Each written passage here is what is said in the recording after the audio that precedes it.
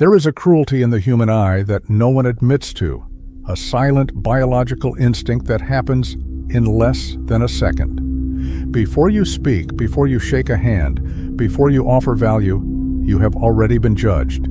If you look weak, you are treated as prey. If you look poor, you are treated as invisible. It does not matter how brilliant your mind is. It does not matter how pure your heart is. If your appearance signals lack, the world will conspire to keep you in lack. Machiavelli knew this 500 years ago. He warned us that the vulgar crowd is always taken in by appearances, and the world consists chiefly of the vulgar. You have felt this. You have walked into a room and felt the temperature drop. You have seen eyes glide over you as if you were furniture. You have seen lesser men, foolish men, wicked men be handed opportunities simply because they looked like they belonged, while you were left standing at the gate. This is not bad luck. This is the brutal geometry of perception. And until you master it, everything will work against you. Most people believe that poverty is a financial state. They are wrong. Poverty, to the human animal, is a scent. It is a signal of vulnerability, and nature hates vulnerability. When you look poor, and I do not mean ragged, I mean diminished, you trigger a predatory response in others. You invite them to cheat you. You invite them to ignore you. You invite the world to give you its scraps. But there is a way to hack this mechanism, a way to signal power before you possess it, a way to force the world to treat you with the reverence of a king, even if your pockets are empty. Machiavelli called it the mask of the prince. It is the art of weaponizing your image so that reality bends to fit your appearance. But to wear this mask, you must first understand the mistake you are making right now. The subtle, invisible signal you are broadcasting every time you walk out your door. A signal that tells the world, I am of no value. You can step on me. Once you stop sending this signal, the war changes. The resistance fades. But first, we must dissect why the world punishes the look of poverty with such violence. The world is not fair. It is efficient. And the human brain is the most efficient machine in existence. It does not want to work. It does not want to dig through the mud of your appearance to find the gold of your character. It wants a shortcut. Appearance is that shortcut. When you present yourself as unkempt, slumped, or apologetic, you are handing the world a verdict against you. You are saving them the trouble of judging you. You are saying, I have already given up, so you should give up on me too. Understand this. People do not despise the poor because they lack money. They despise the poor because poverty reminds them of failure. It reminds them of impotence. It is a contagion. When a man looks poor, he looks contagious, not with disease, but with bad fortune. And humans, superstitious creatures that they are, flee from bad fortune. Machiavelli observed that men judge generally more by the eye than by the hand.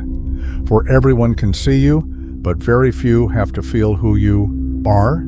Everyone sees what you appear to be. Few feel what you are. Think of the last time you saw a man in a stained shirt, shoulders hunched, eyes downcast. Did you wonder about his philosophy? Did you wonder if he was a genius poet? No. You labeled him a loser, broken, a void. You did it instantly. You did it without malice. You did it to save energy. Now imagine that man is you, because often it is. We tell ourselves lies to sleep at night. We say, I am authentic. I don't care what people think. I dress for comfort. This is the language of the victim. Comfort is the enemy of power.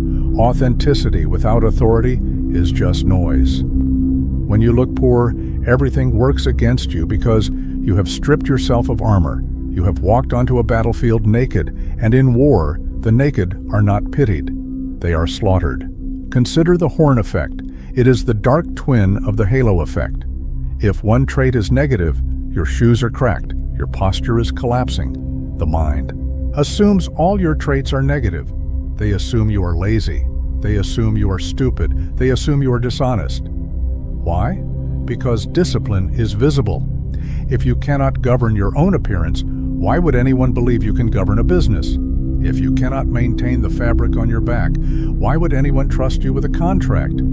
The visual is the proof of the internal, or at least that is how the world sees it. To neglect your image is to slander your own soul. You are telling a lie about yourself. You are telling the world you are worthless when you are not. And the world, being cruel and literal, believes you. There is a dark paradox in the movement of resources. Money flows to those who look like they do not need it. Go to a bank, ask for a loan dressed in desperation, smell like need. Let your voice tremble with the reality of your poverty. What happens? The vault closes, the interest rates skyrocket. You are a risk. Now take a man who needs the money just as badly, but he enters in a tailored suit. His grooming is sharp, his watch catches the light. He speaks slowly with the boredom of a man who has options. He does not ask, he proposes. The vault opens. The terms are generous. Why? Because he signaled abundance. Humans follow the law of association. We associate wealth with capability. We associate poverty with incompetence. If you look like you need help, you will rarely get it. If you look like you can provide help, the world throws resources at your feet. This is why the fake it till you make it ethos is not merely vanity. It is a survival strategy. It is Machiavellian pragmatism. To look poor is to signal cost. To look rich is to signal investment. Nobody wants to pay a cost. Everyone wants to make an investment. When you walk into a negotiation looking diminished, you're asking for charity. And charity is a cold, hard crumb given with contempt. But when you walk in looking formidable, you are offering an alliance. You must understand that people are terrified of being associated with failure. If they hire a man who looks sloppy and that man fails, they look like fools. I should have known, they will say. Look at him. But if they hire a man who looks impeccable and he fails, they are forgiven. He looked the part, they will say. He fooled us all. Your appearance is an insurance policy for the decision makers. By looking the part, you lower the risk for others to bet on you. If you refuse to play this game, you are not being real. You are being arrogant. You are assuming the world owes you its time to discover your hidden value. The world owes you nothing. It is your duty to excavate your own value and paint it in gold so that the blind can see it. Machiavelli advised the prince to be a great simulator and dissimulator, to hide his true nature if it was disadvantageous, and to project the nature that was required. If you are hungry, you must look full. If you are anxious, you must look bored. If you are poor, you must look like you are merely traveling incognito. Because the moment they smell the blood of your need, the sharks begin to circle. Let us go darker. Let us look at the animal brain. Dominance hierarchies are not social constructs. They are biological imperatives. Lobsters, wolves, chimpanzees, and humans, we all scan for status. What happens when a wolf sees a sheep that is limping? Does it feel empathy? Does it think, poor creature, let me help it? No. The limp triggers the kill instinct. Human society is a sanitized version of this dynamic. We do not tear throats with our teeth. We tear them with lawsuits, with ridicule, with exclusion, with lowball offers. When you look poor, you are limping. You are signaling that you have no allies. You are signaling that you have no resources to defend yourself. You are signaling that if someone harms you, no one will come to avenge you. This is why the poor are over-policed, overcharged, and underserved. They are low-risk targets. If a merchant cheats a man in a bespoke suit, he fears retribution. He fears that man has lawyers. He fears that man has powerful friends. He fears that man can destroy his reputation with a whisper. If a merchant cheats a man in rags, he fears nothing. Who will listen to the ragged man? Who cares? By looking poor, you strip away your deterrence. You make yourself safe to exploit. I have seen men of great intellect destroyed because they did not understand this. They thought their work would protect them. They thought their loyalty would protect them. But they dressed like servants, so they were treated like servants. And when the budget cuts came, when a scapegoat was needed, the finger pointed to the man who looked like he couldn't fight back. Appearance is armor. It is a psychological force field that makes predators hesitate. Hesitation is all you need. In that split second of hesitation where they wonder, who is this man? Is he dangerous? Is he important? In that second, you win. You dictate the frame. But if there is no hesitation, if they look at you and instantly see a victim, the attack is inevitable. You might argue that this is unfair. You might argue that we should live in a world where character is king. You can argue with gravity as you fall from a cliff. It will not save you. Machiavelli did not write about the world as it should be. He wrote about the world as it is. And in the world as it is, the man who neglects his armor dies. Who told you that appearance doesn't matter? Who told you that vanity is a sin? Who told you that humble clothes are a sign of virtue? Usually, it is the people who want to keep you in your place, or it is the people who have already given up. It's what's inside that counts, is a platitude invented to comfort the invisible. It is a lie. Yes, character matters for retention, but appearance matters for access. Your interior is the product. Your exterior is the marketing. You can have the best product in the world, a cure for cancer, a philosophical masterpiece, a billion-dollar algorithm. If you wrap it in garbage, bury it in the backyard, and put a "keep out" sign on it, nobody will buy it. Marketing is not lying. Marketing is respect for the product. If you truly value your mind, if you truly value your soul, why would you house it in a temple that looks like a ruin? To dress poorly, to groom poorly, to carry yourself with the slouch of the defeated is an act of self-disrespect. And the world is a mirror. It reflects the respect you show yourself. If you treat yourself like a discount item, the world will bargain with you. If you treat yourself like a rare artifact, the world will refrain from touching you with dirty hands. There is a spiritual dimension to this. When you sharpen your appearance, you sharpen your mind. The discipline of the exterior bleeds into the interior. Put on a suit, or even just a clean, ironed shirt. Stand straight. Fix your hair. Watch how your thoughts change. You become more deliberate. You speak with more gravity. You stop apologizing for your existence. The mask becomes the face. This is the alchemy of the outlier. We do not wait to feel confident to look good. We look good to become confident. The poor man waits for the feeling. The powerful man constructs the feeling through action. You must stop viewing your appearance as a chore. It is a weapon. It is a tool of influence. Every morning you are dressing for a role. You are casting yourself in the movie of your life.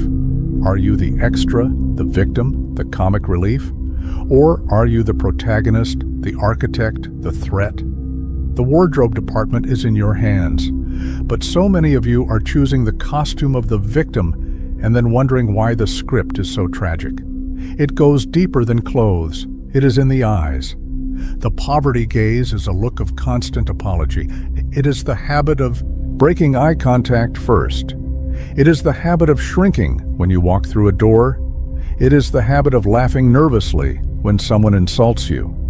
These are the behaviors of a serf. You can put a beggar in silk, but if he keeps the poverty gaze, he will still look poor. You can put a king in rags, but if he keeps the royal gaze, the steady, unblinking assessment of his surroundings, he will look like a king in disguise. Machiavelli notes that the lion does not need to roar to be feared. He simply needs to be present. When you look poor, you are often hyperactive. You explain too much, you smile too much, you try to please. This is the behavior of scarcity. You are signaling that you need their approval to survive. Abundance is calm. Power is still. When you are comfortable with silence, you signal wealth. When you are comfortable taking up space, you signal wealth. Everything works against the man who looks poor because his body language screams, "I am wrong. I shouldn't be here. Please forgive me." And the world replies, "You are right. Get out." To break this, you must train the body before you can convince the mind. You must move with the speed of a man who is not paid by the hour. You must hold the gaze of others until they feel the weight of your judgment, not the other way around. You must kill the serf inside you. Because as long as that serf breathes, no amount of money will save you. You see lottery winners who go broke in 3 years because they never killed the surf. They bought expensive things, but they wore them with the apology of a thief. They looked poor in a Ferrari, and the world stripped them of it. And this leads us to the loudest signal of poverty: noise. The poor man is noisy. He is noisy with his words, noisy with his movements, noisy with his complaints. He feels the need to fill every silence because silence makes him anxious. In silence, he fears he is being judged, so he babbles. He reveals his plans. He reveals his insecurities. He tells you about his debt, his ex-wife, his back pain. He gives you all the ammunition you need to destroy him, and he calls it being open. Power is silent. Look at the predator. The tiger does not announce its presence until it strikes. The CEO at the head of the table speaks the least. The Godfather whispers. When you overtalk, you signal that your words have no value. You are inflating the supply, crashing the demand. To never look poor, you must master the art of the closed mouth. When you are silent, you become a blank canvas. People project their own fantasies onto you. They wonder, what is he thinking? Does he know something I don't? In that vacuum of information, they invent power for you. They assume you are judging them. And in their insecurity, they seek to impress you. This is the Machiavellian flip. By saying nothing, you force them to perform for you. But the moment you start complaining about the price of gas or how tired you are, the spell breaks. You become mortal. You become common. You become one of us. And you do not want to be one of us. You want to be one of them, the outlier, the exception. This extends to your digital presence. The man who posts everything, his lunch, his outrage, his every passing thought, looks spiritually impoverished. He looks desperate for validation. He is dancing for likes. The man who posts rarely, but with intent, looks like he has a life too rich to be captured on a screen. Scarcity creates value. Make your presence scarce. Make your words diamonds, rare, hard, and cutting. You might say, I cannot afford a tailored suit. I cannot afford the trappings of wealth. This is a failure of imagination. Looking poor is rarely about the brand of your clothes. It is about the maintenance of your reality. A man in a cheap shirt that is crisp, white, and perfectly tucked looks wealthier than a man in a $1,000 designer hoodie that is stained and wrinkled. Discipline costs nothing. Polishing your shoes costs time, not money. Ironing your shirt costs effort, not money. Keeping your fingernails clean, your hair sharp, your body lean, these are investments of will. When you are unkempt, you signal chaos. You signal that you cannot control the entropy of your own life. And if you cannot control your own entropy, how can you control a business? How can you lead men? The wealthy look clean. That is the secret. It is a specific kind of hygiene that signals they are removed from the grime of the struggle. The poor look dusty. They look worn down by the friction of survival. You must scrub the dust off your avatar. It is in the details. The heels of your shoes, the collar of your jacket, the screen of your phone. Is it cracked? A cracked phone screen is a screaming siren of poverty. It says, I broke this, and I lack the resources to fix it, so I live with broken things. Do not live with broken things. It damages your psyche. It tells your subconscious that you deserve brokenness. Fix it or hide it, but do not parade it. Machiavelli taught that the prince must appear compassionate, faithful, humane, upright, and religious. Notice the word appear. You must curate the artifacts of your life.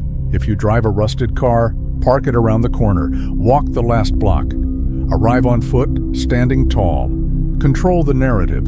This is not deceit. This is framing. A photographer frames a shot to exclude the garbage can on the side of the street. You are the director of your own image. Crop out the garbage. If you invite a potential ally to dinner, do not take them to a place you cannot afford and then sweat over the bill. That is the smell of poverty. Take them to a coffee shop. Buy 2 black coffees, but drink them with the leisure of kings. Focus on the conversation. Pay the $2 with a smile. It is better to be the master of a small domain than the servant of a large one. There is a final element to the look of poverty that is the hardest to accept: the company you keep. If you are surrounded by men who look defeated, who speak in the language of victimhood, who dress in the uniform of failure, you are painted with the same brush. You are the average of the 5 people you are seen with. If you walk into a room with a pack of hyenas, no one will mistake you for a lion. This is cruel. I know. You have friends you love. You have loyalty to your past. But if you want to rise, you must understand optics. When you are seen with the successful, the halo effect transfers to you. You borrow their credibility. This is why social climbers fight to be in the photo. They know that the image is the asset. You do not have to abandon your old friends, but you must compartmentalize.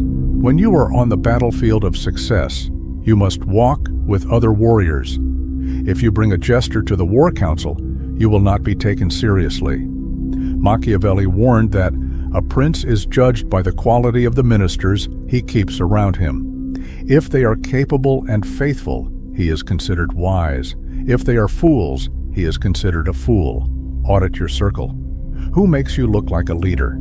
Who makes you look like a participant in a tragedy? Distance yourself from the visual drag, because the world assumes that birds of a feather flock together. If your flock looks poor, you look poor. This requires a hardness of heart. But remember the objective. The objective is not to be nice. The objective is to be effective. To never look poor is to curate your entire ecosystem, your clothes, your words, your body, your companions. It is a total war on perception. Now the paradox. When you do this, when you meticulously remove every signal of poverty from your life, something strange happens. You stop being poor. It is not magic. It is mechanics. When you dress with power, you are treated with respect. When you are treated with respect, you are given opportunities. When you are given opportunities, you gain resources. The mask summons the face. You begin to believe your own propaganda. You look in the mirror and you do not see a victim. You see a contender. And because you see a contender, you act like one. You take risks. You negotiate harder. You walk away from bad deals. You have hacked your own serotonin system. This is the ultimate secret. The fake exterior reconstructs the real interior. By refusing to look poor, you reject the identity of poverty. You reject the script that says you are destined to struggle. You declare physically and visually that you are destined for more. And the world, which is desperate for leadership, desperate for strength, desperate for anything that looks like a sure thing, the world bows. It opens the doors it kept locked. It smiles the smiles it withheld. Machiavelli was right. Everyone sees what you appear to be. Few experience what you really are. So give them a vision of greatness. Dazzle them with the image of who you are becoming. Do not wait for the gold to arrive to polish the crown. Wear the crown now. The gold will follow the king. But if you stay in rags waiting for permission to change, you will die in them. And if you are still here, understand this. You are not like most people. You are among the 1% who didn't click away, the 1% who felt this instead of rejecting it, the 1% who knows that weakness is a choice, not a destiny. So mark this moment. Go to the comments and write this sentence exactly. Today, I refuse to reflect poverty. Type it. Lock it in. Let it be a declaration, not to me, but to yourself. If this message sharpened your perspective, if it gave language to something you've felt your entire life, then support it. Like the video, subscribe to the channel. This channel is for those who choose strength, clarity, and power in a world that rewards none of them by default.